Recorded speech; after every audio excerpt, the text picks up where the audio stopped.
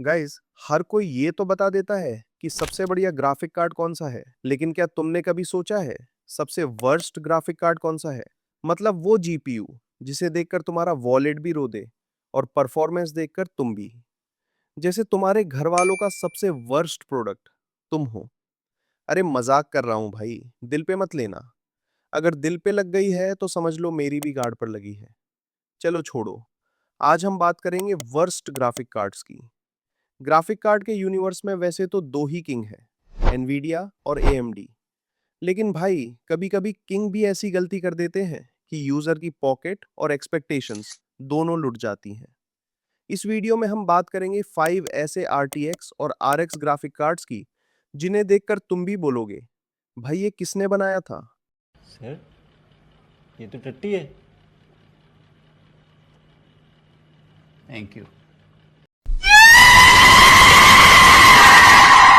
तो बिना time waste किए शुरू करते हैं। सबसे पहले आता है नंबर 5, RTX 3050 6 GB।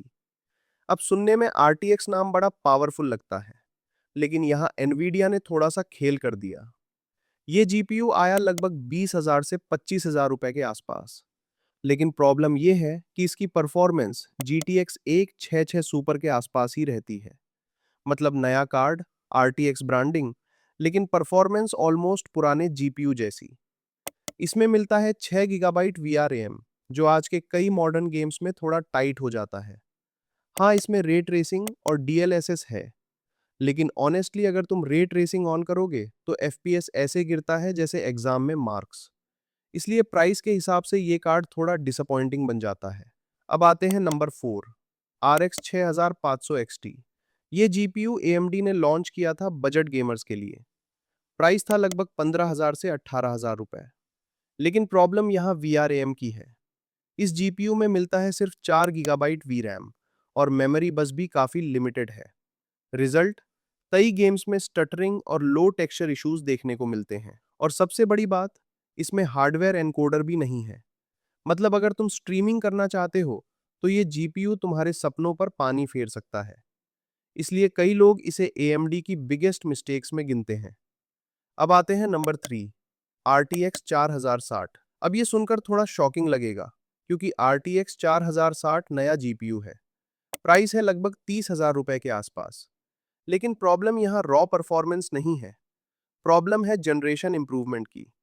RTX 3060 से अपग्रेड बहुत बड़ा नहीं है, और सबसे बड़ी लिमिटेशन है 128 बिट मेमोरी बस।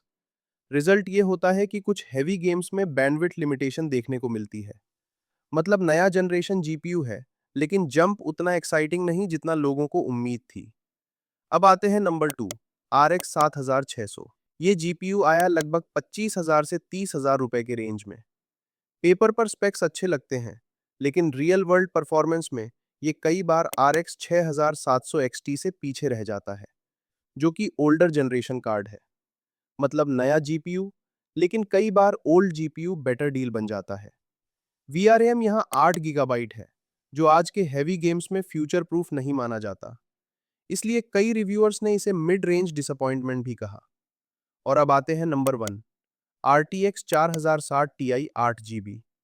अब ये जीपीयू सबसे ज्यादा कंट्रोवर्शियल रहा। प्राइस है लगभग 40,000 रुपए के आसपास।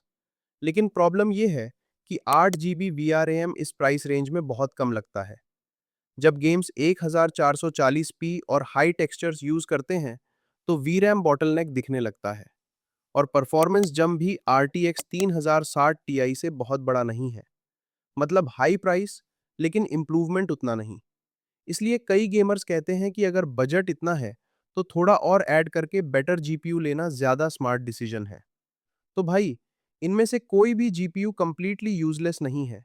सब गेम्स चला सकते हैं, लेकिन प्राइस और परफॉर्मेंस के हिसाब से इनमें कुछ डिसीजंस ऐसे थे जहां कंपनी से थोड़ी गलती हो गई।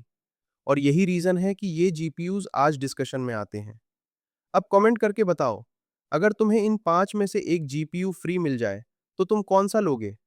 और अगर वीडियो पसंद आई हो तो लाइक कर देना, चैनल को सब्सक्राइब कर देना।